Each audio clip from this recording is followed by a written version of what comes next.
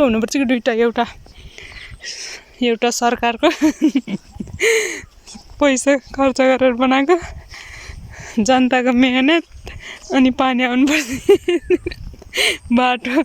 बाटोको फोरेर यस्तो पानी नभएको होइन कि पानी त छ पानी त छ के त्यति छ तर कुरो कहाँ आउँछ भने कुरो यहाँ आउँछ पानी त छ हैन तर अब यदि माथि यो खाल्टोको पानी यदि माथि कति छ एक हातभन्दा माथि कुलो बनाएर कहाँबाट आउँछ ल यो भित्ता कोरेर कत्रै आएको त यहाँ कति ठुलो पानी यहाँबाट निस्किने बेला खोइ पानी हे गाइज यहाँ देख्न सक्नुहुन्छ कति लाख खर्च गरेर यहाँ कुलो बनाए कति दिन हिँडे कि महिना हिँडे झारा सरकारको पैसा लम्मै त्यसपछि पानी ल्याउने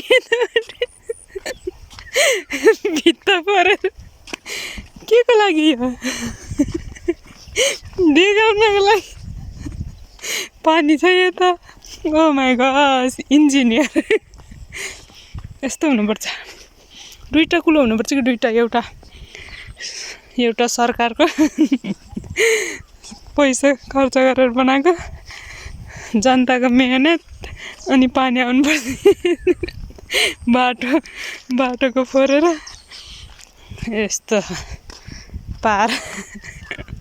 हो यस्तरी नै काम गर्नुपर्छ यस्तै तरिकाले यो हो नि त पारा भनेको स्वादैको अब कुलो पानी आउने भन्दा